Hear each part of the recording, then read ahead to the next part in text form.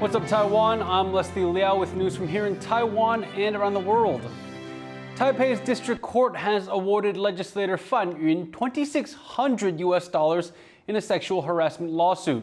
The DPP lawmaker first sued KMT legislator Chen Xuesen in 2020 for touching her inappropriately and using demeaning gendered language. The ruling rejected Chen's appeal of the first civil suit result, which also found in favor of Fan.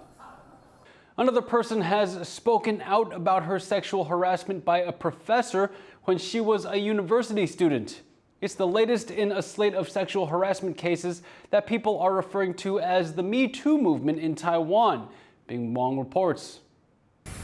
A university in southwestern Taiwan becomes the first academic institution in the country to grapple with allegations of sexual harassment against a member of its faculty.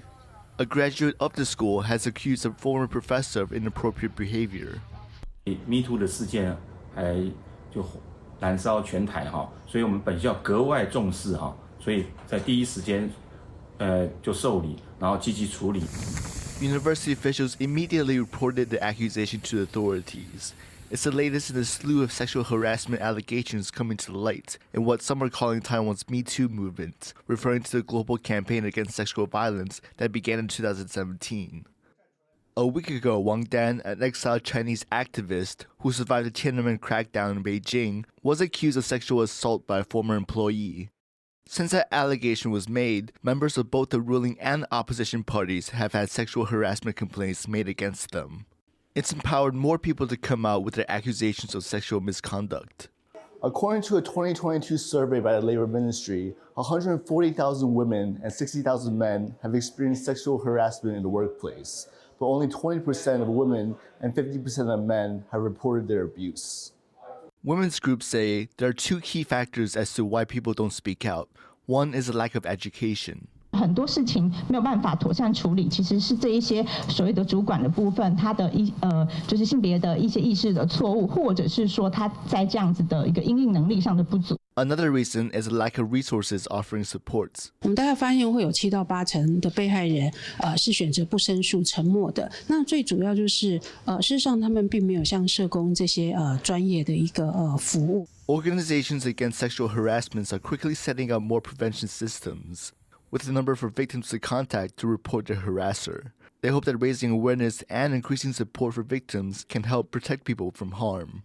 Devin Tai and Bing Wong for TaiwanPlus. In Taiwan, Facebook groups where private or illicitly taken photographs are posted have been growing in number. They are known as risu groups. The photos posted in them are mostly of women and have been posted without the permission of the people they feature. The photos are shared using URL shortening technology, which makes it difficult to track their origin. Lawyers have warned anyone found resharing images without permission can be sentenced to 5 years in prison. 这些偷拍的 RISU 社团就像病毒一样复制的到处都是，任何人看到自己的影像被公布在网络上，都会是一辈子的伤痛。TSMC recently became Asia's most valuable company, but despite its reputation as Taiwan's Silicon Shield, environmental activists say the chip manufacturer's energy use is a risk for Taiwan. On Tuesday, NGO Greenpeace held a protest outside the company's annual general meeting. Sally Ensign was there. Environmental activists in Taiwan are calling on the world's biggest chip maker to do more to protect the planet. Protesting outside TSMC's annual general meeting on Tuesday, members of NGO Greenpeace said the company uses huge amounts of electricity and emits planet-warming greenhouse gases, which puts Taiwan at risk. 绿色和平透过研究与调查发现，台积电有许多在 ESG 上的风险和隐忧。我们希望台积电可以加速它的绿电转型行动，在2030年达到 RE100 的目标。TSMC produces over 90% of the world's most advanced semiconductors, the brains of modern electronics. These postage-sized chips are used in everything from smartphones to refrigerators and fighter jets.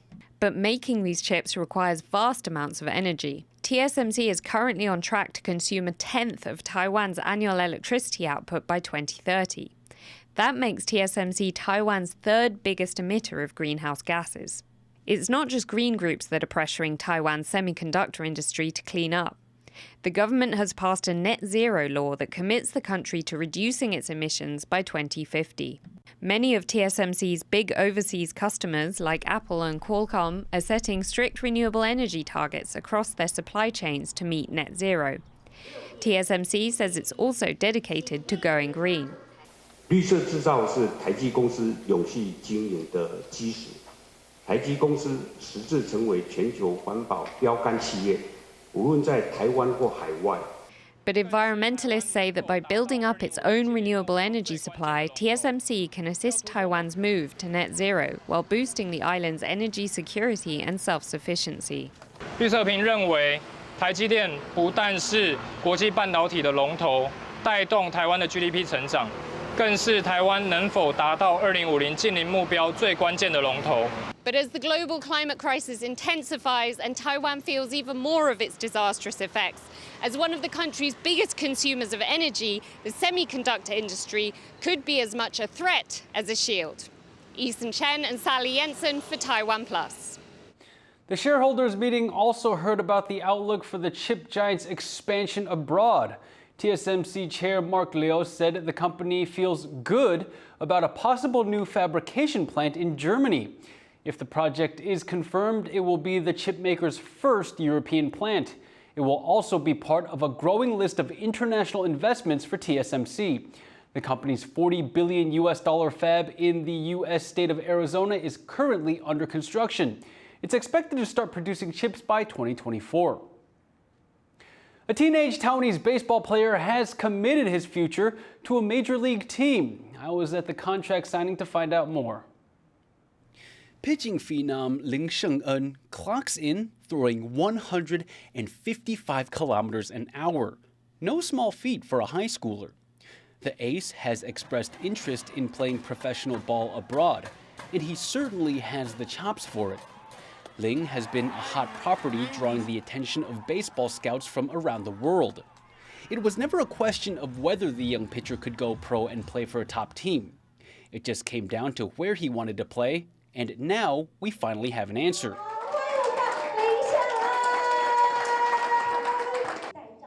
Ling just signed for Major League Baseball's Cincinnati Reds.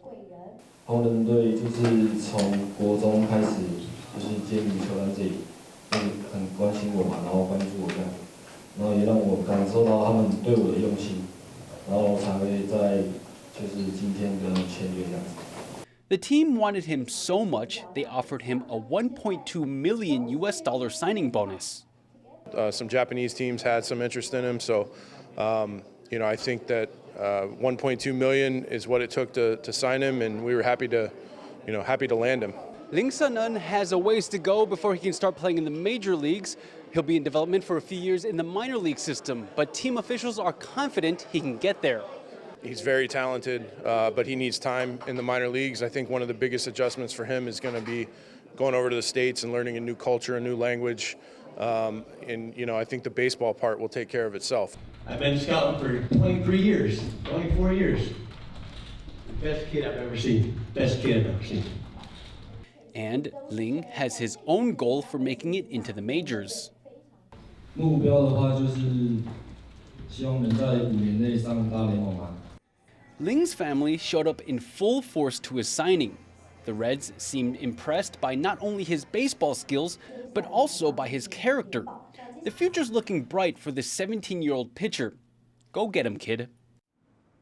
A schoolgirl gymnast from southern Taiwan's Pingtung County is having a breakout showing at an international event in Singapore. Ling Yi-sun has bagged 3 gold medals at the Singapore Gymnastics Open. She won 2 in the solo vault and floor exercise, while her 3rd came from best all-around team showing. Ling, a high schooler, says she's already getting ready for her next competition. 这是我第一次参加新加坡公开赛，上场前很紧张，是比预期还好的成绩。虽然表现还不是最好，但下周的亚锦赛我会再继续加油。 Thank you for watching What's Up Taiwan. I'm Liao. Take care and see you next time.